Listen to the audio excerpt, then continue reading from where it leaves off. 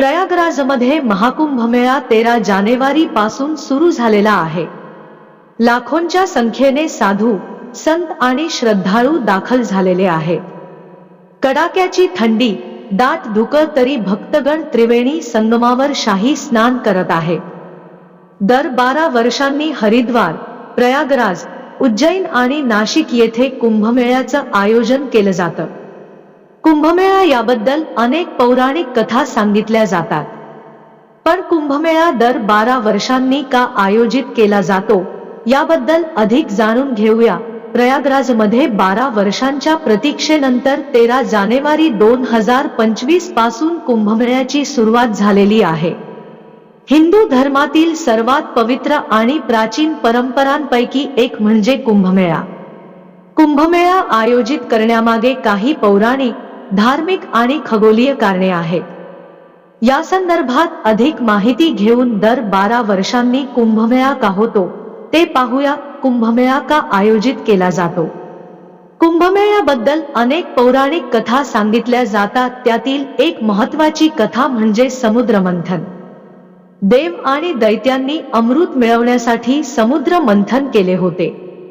त्यावेळी अमृत कलश बाहेर आला, पण तो दैत्यांपासून वाचविण्यासाठी देव तो अमृत कलश घेऊन पळू लागले.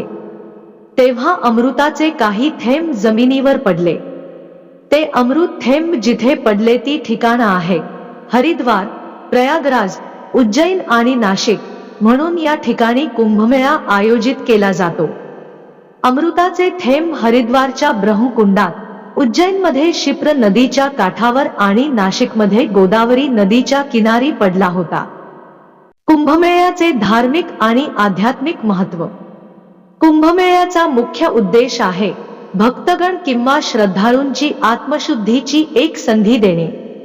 अशी मान्यता आहे की कुंभमेळ्यात शाही स्नान केल्यामुळे आत्मशुद्धी होते, पापांचा नाश होऊन मोक्ष प्राप्ती होते.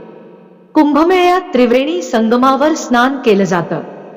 कुंभमेळा म्हणजे साधू, संत, गुरु, भक्तगण आणि श्रद्धाळू यांच्यातील ज्ञान, भक्ती आणि सेवा यांची देवाणघेवाण करणारे एक महत्त्वाचे केंद्र आहे. कुंभमेळा दर 12 वर्षांनी का होतो?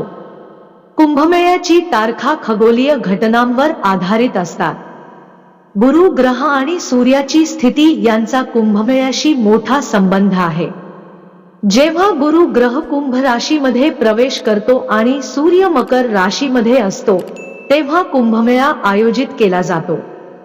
गुरु ग्रहाला त्याच्या कक्षेत 12 वर्षांचा कालावधी लागतो, म्हणून कुंभमेळा दर 12 वर्षांनी एकदा आयोजित केला जातो.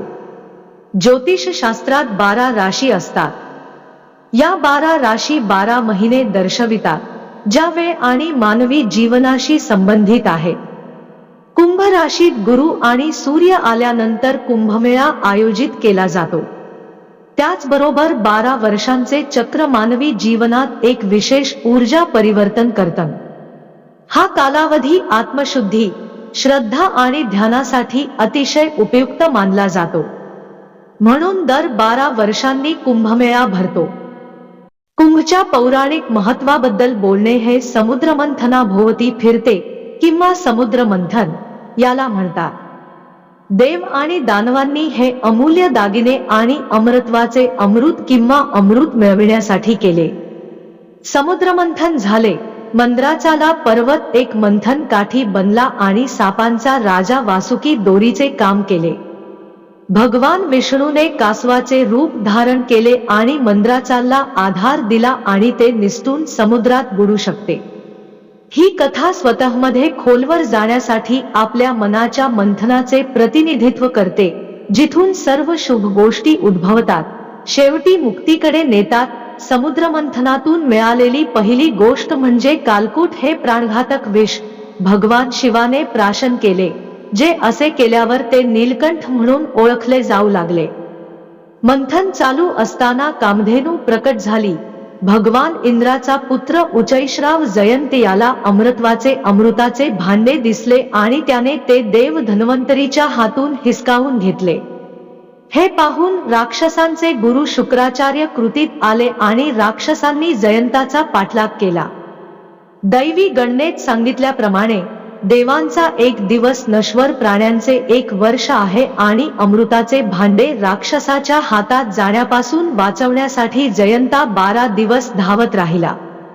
देवांच्या 12 दिवसात किंवा मर्त्य प्राण्यांच्या 12 वर्षांमध्ये जयंताने अमृताचे भांडे 4 ठिकाणी ठेवले: हरिद्वार, प्रयाग, नाशिक, त्र्यंबकेश्वर आणि उज्जैन. या ठिकाणी सूर्य, चंद्र आणि ग्रह एका विशिष्ट ज्योतिषीय व्यवस्थेपर्यंत पोहोचतात, ज्या दरम्यान कुंभमेळा आयोजित केला जातो. देवांचे गुरु बृहस्पती यांनी सूर्य, शनी आणि चंद्र यांच्या मदतीने राक्षसांपासून भांडे वाचवले, ज्याने कुंभ किंवा अमृताचे भांडे खराब होण्यापासून वाचवले. स्कंद पुराणात जसे खाली उतरवले आहे तसे कुंभमेळा फक्त अमृत भांडे खाली टाकले तिथेच साजरे केले जात नाही, तर भांडे खाली टाकल्याने कुठे सांडले. असे मानले जाते की अमृताच्या या थेंबांनी या स्थानांना आध्यात्मिक शक्ती दिली. 4ही ठिकाणी कुंभमेळा साजरा केला जातो त्या शक्ती प्राप्त करून घेण्यासाठी. नेहमीचा कुंभमेळा दर 3 वर्षांनी होतो. अर्धा कुंभमेळा दर 6 वर्षांनी होतो. हरिद्वार आणि प्रयाग आणि पूर्ण कुंभमेळा दर 12 वर्षांनी ग्रहांच्या हालचालींच्या आधारावर 4 ठिकाणी आयोजित केला जातो: प्रयाग, हरिद्वार, उज्जैन आणि नाशिक.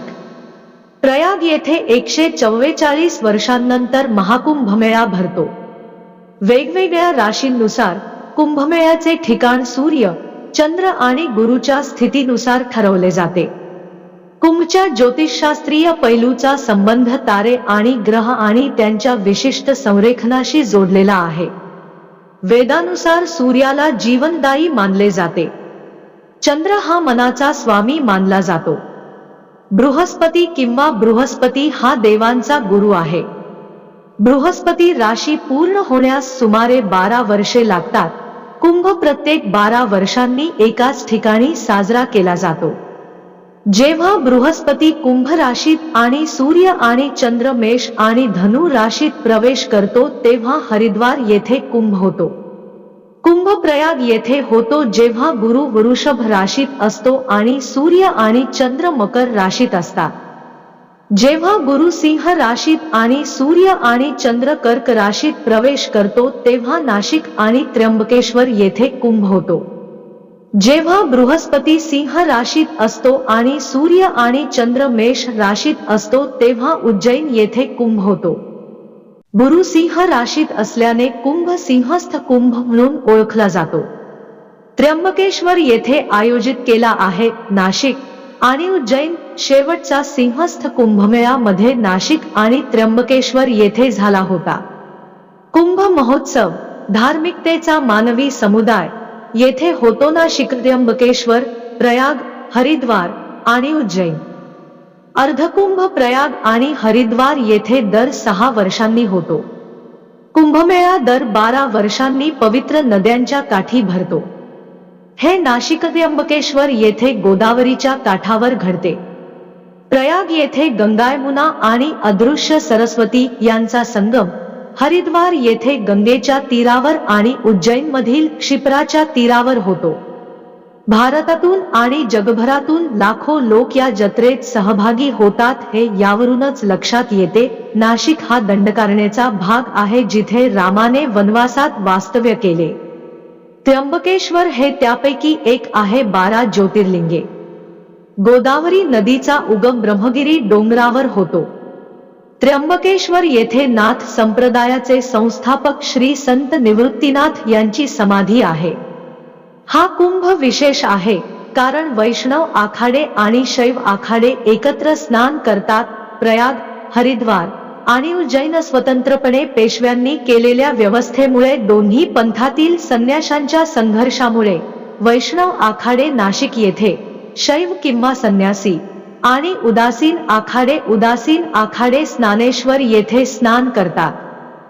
कुंभमेळ्याचे पहिले ऐतिहासिक संदर्भ मौर्य आणि गुप्त कालखंडात आहेत. इ.स.पू.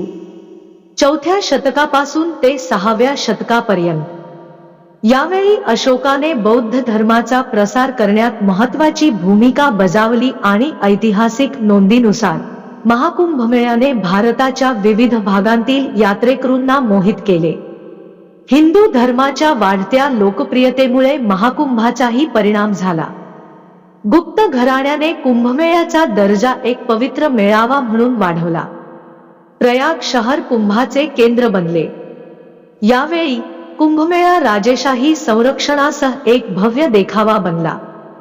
दक्षिण भारतातील चोल आणि विजयनगरचे राजवंश, दिल्ली सल्तनत आणि मुघल साम्राज्य यांनी त्याच्या विकासात महत्त्वाची भूमिका बजावली. भारत मुघलांच्या अधिपत्याखाली असताना अकबराने कुंभमेळ्यात भाग घेतला होता. सम्राटांनी पवित्र स्थळांभोवती घाट बांधले आणि पायाभूत विकास केला. महाकुंभमेळ्याशी संबंधित एक उल्लेखनीय घटना म्हणजे अकबर आणि नागा साधू यांच्यातील संबंध. असे म्हटले जाते की 1565 मध्ये प्रयाग येथील महाकुंभ दरम्यान अकबराने नागा साधूंचा तीर्थक्षेत्रातील अर्थ आणि भूमिका समजून घेण्याचा प्रयत्न केला. नागा साधूंची शिस्त आणि भक्ती पाहून अकबर प्रभावित झाला. यामुळे कुंभमेळ्याच्या मिरवणुकीत शाही प्रवेशाचे नेतृत्व करण्याचा अधिकार नागांना देण्यात आला. हा हावभाव संपूर्ण कुंभमेळ्यात सर्व धार्मिक भेदांच्या वरती उठलेल्या सुसंवादाचे प्रतीक आहे आणि या संमेलनाच्या व्यापक स्वरूपावर जोर देतो. तीर्थक्षेत्रातील विविधता पाहून ब्रिटिशांना प्रचंड आश्चर्य वाटले आणि कुंभमेळ्याच्या ऐतिहासिक विस्ताराची माहिती देणारे खाते मागे सोडले. ब्रिटिश प्रशासकांपैकी एक जेम्स प्रिन्सेप यांनी 19व्या शतकातील कुंभमेळ्याचे दस्तऐवजीकरण केले. या कार्यक्रमात प्रथा, उपासकांची संख्या आणि सामाजिक धार्मिक गतिशीलता यांचे वर्णन केले. 1947 मध्ये भारत ब्रिटिश राजवटीतून मुक्त झाल्यानंतर कुंभमेळा राष्ट्रीय एकात्मतेचे प्रतीक बनला. सरकारने त्याचे सांस्कृतिक महत्त्व दस्तऐवजीकरण केले आणि ते आयोजित करण्यात सक्रियपणे सहभागी होण्यास सुरुवात केली. महाकुंभ भारताचा समृद्ध वारसा कॅनव्हासवर चित्रित करतो. विविध राज्ये संगीत, कला आणि नृत्य प्रकारांसह सांस्कृतिक उत्सव सादर करतात. त्याच्या धार्मिक महत्त्वासोबतच भारताची एकता आणि विविधता साजरी करण्यासाठी महाकुंभ हा सांस्कृतिक कार्यक्रम बनला आहे. 2017 मध्ये युनेस्कोने या भव्य कार्यक्रमाला कुंभमेळ्याला सांस्कृतिक वारसा म्हणून मान्यता दिली आणि त्याचे ऐतिहासिक आणि सांस्कृतिक महत्त्व अधोरेखित केले.